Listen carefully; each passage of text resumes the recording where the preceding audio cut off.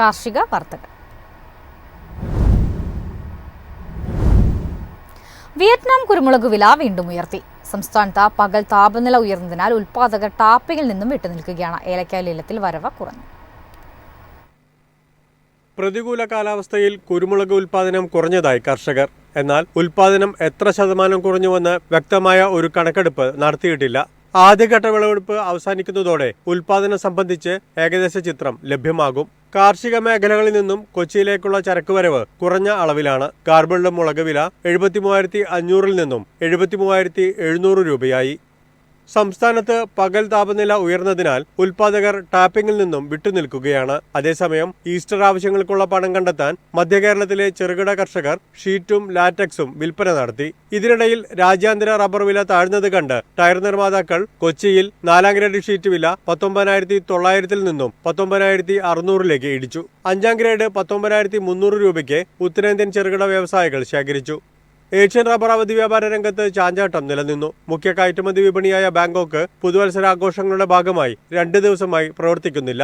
ഏലക്ക ലേലത്തിൽ വരവ് കുറഞ്ഞു. ഇന്നലെ 70,000 കിലോയ്ക്ക് മുകളിൽ ഏലക്ക വിൽപ്പനയ്ക്കിറങ്ങിയ സ്ഥാനത്ത് വരവ് 10,459 കിലോയിൽ ഒരുങ്ങിയിട്ടും 10,232 കിലോ ചരക്ക് മാത്രമാണ് ലേലം കൊണ്ടത്. ശരാശരി ഇനം ഏലക്ക കിലോ 2,487 രൂപയിലും മികച്ച ഇനങ്ങൾ 3,158 രൂപയിലും കൈമാറി. ഉത്തരേന്ത്യൻ ഇടപാടുകാരും കയറ്റുമതിക്കാരും ലേലത്തിൽ സജീവം. News desk MyFin TV. രാജ്യത്തെ ജൈവ ഉൽപ്പന്ന കയറ്റുമതി 35% വർദ്ധിച്ച് 66.6 കോടി ഡോളറായി.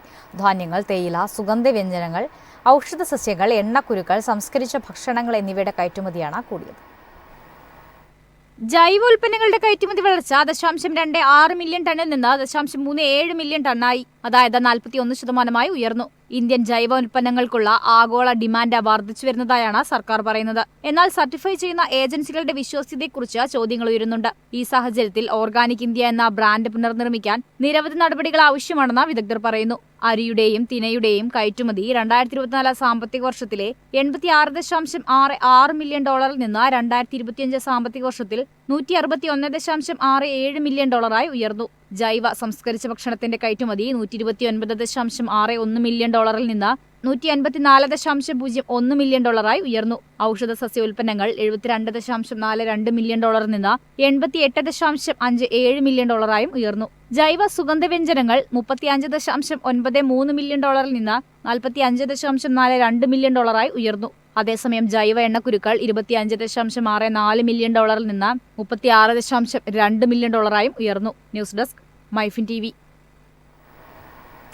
ദേശീയ സമുദ്ര മത്സ്യബന്ധന സെൻസസ് നവംബർ-ഡിസംബർ മാസങ്ങളിൽ നടക്കും. തീരദേശ സംസ്ഥാനങ്ങളിലെയും കേന്ദ്രഭരണ പ്രദേശങ്ങളിലെയും 10 ലക്ഷത്തിലധികം മത്സ്യത്തൊഴിലാളി കുടുംബങ്ങളെ ഉൾക്കൊള്ളുന്നതാണ് സെൻസസ്.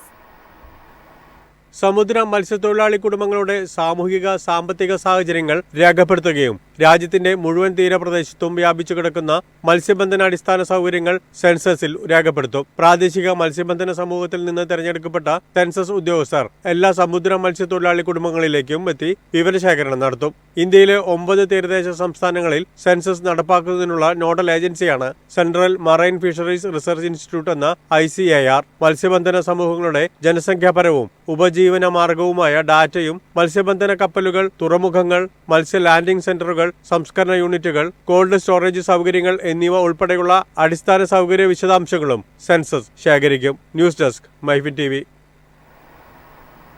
നേപ്പാളിൽ നിന്നുള്ള ഭക്ഷ്യ എണ്ണ ഇറക്കുമതി നിയന്ത്രിക്കാൻ കേന്ദ്ര കൃഷി മന്ത്രാലയം.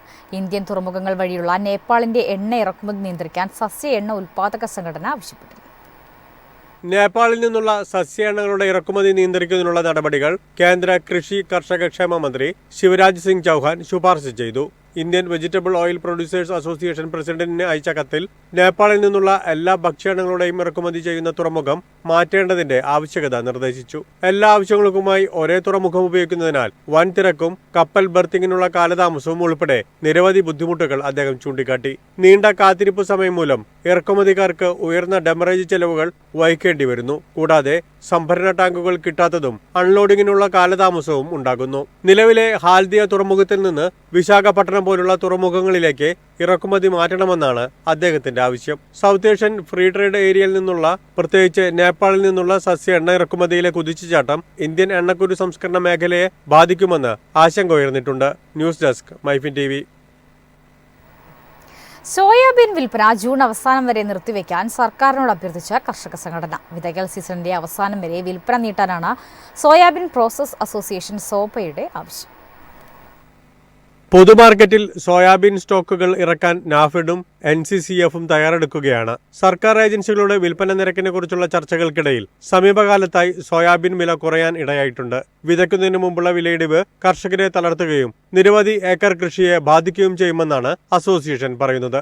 2024-25 ഖാരിഫ് സീസണിലെ മുഴുവൻ വിപണന സമയത്തും സോയാബീനിന് ഡിമാൻഡ് കുറവായിരുന്നു. ആഗോള വിലക്കുറവിന്റെ സ്വാധീനത്തിൽ വില മിനിമം താങ്ങുവിലയ്ക്ക് താഴെയാണ്. കർഷകരെ സഹായിക്കുന്നതിനായി നാഫെഡ്, NCCF തുടങ്ങിയ ഏജൻസികൾ മിനിമം താങ്ങുവിലയിൽ സോയാബീൻ സംഭരിച്ചിരുന്നു. ഏകദേശം 20 ലക്ഷം ടൺ സോയാബീൻ സർക്കാർ ഏജൻസികൾ കൈവശം വച്ചിരിക്കാമെന്നാണ് സോപ്പ കണക്കാക്കുന്നത്. കുറച്ചു മാസങ്ങൾക്ക് മുമ്പ് അസോസിയേഷന്റെ അഭ്യർത്ഥനയെ തുടർന്ന് മന്ത്രാലയം ഇടപെട്ട് നാഫെഡും NCCF-ഉം പൊതുമാർക്കറ്റിൽ സോയാബീൻ വിൽക്കുന്നത് നിർത്തിവച്ചിരുന്നു. News desk MyFin TV.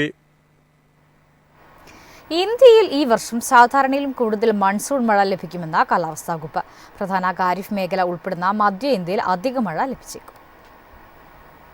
ഇന്ത്യയിൽ ലഭിക്കുന്ന മഴയുടെ 75% തെക്കു പടിഞ്ഞാറൻ മൺസൂണിലാണ്. ഇത്തവണ സാധാരണയേക്കാൾ കൂടുതലാകാനാണ് സാധ്യതയെന്ന് ഭൗമശാസ്ത്ര മന്ത്രാലയം വ്യക്തമാക്കി. എന്നാൽ തമിഴ്നാട്, ലഡാക്ക്, അസം, വടക്കു കിഴക്കൻ മേഖലയിലെ മറ്റ് സംസ്ഥാനങ്ങൾ എന്നിവ മൺസൂണിൽ കുറവ് രേഖപ്പെടുത്തിയേക്കുമെന്നാണ് പ്രവചനം. ഇതുവരെ ലഭിച്ചു വരുന്ന മഴയുടെ ശരാശരി അളവ് 87%. അതിന്റെ 105% ഈ വർഷം പ്രതീക്ഷിക്കുന്നത്. 2024-25 ഖാരിഫ്, റാബി സീസണുകളിലെ ഭക്ഷ്യധാന്യങ്ങളുടെ വിളവ് 330.92 മില്യൺ ടൺ ആയിരുന്നു. അരി, ഗോതമ്പ്, പയറുവർഗ്ഗങ്ങൾ, നാടൻ ധാന്യങ്ങൾ എന്നിവയ്ക്ക് മികച്ച വിളവാണ് ലഭിച്ചത്. ഈ റെക്കോർഡ് ഉൽപാദനത്തിന് ശേഷം തുടർച്ചയായി 2ാം വർഷവും മികച്ച മഴ ലഭിച്ചാൽ കാർഷിക മേഖലയുടെ വളർച്ച നിലനിർത്താൻ സഹായിച്ചേക്കുമെന്ന് വിദഗ്ധർ പറയുന്നു. News desk MyFin TV. കമ്പോള നിലവാരം.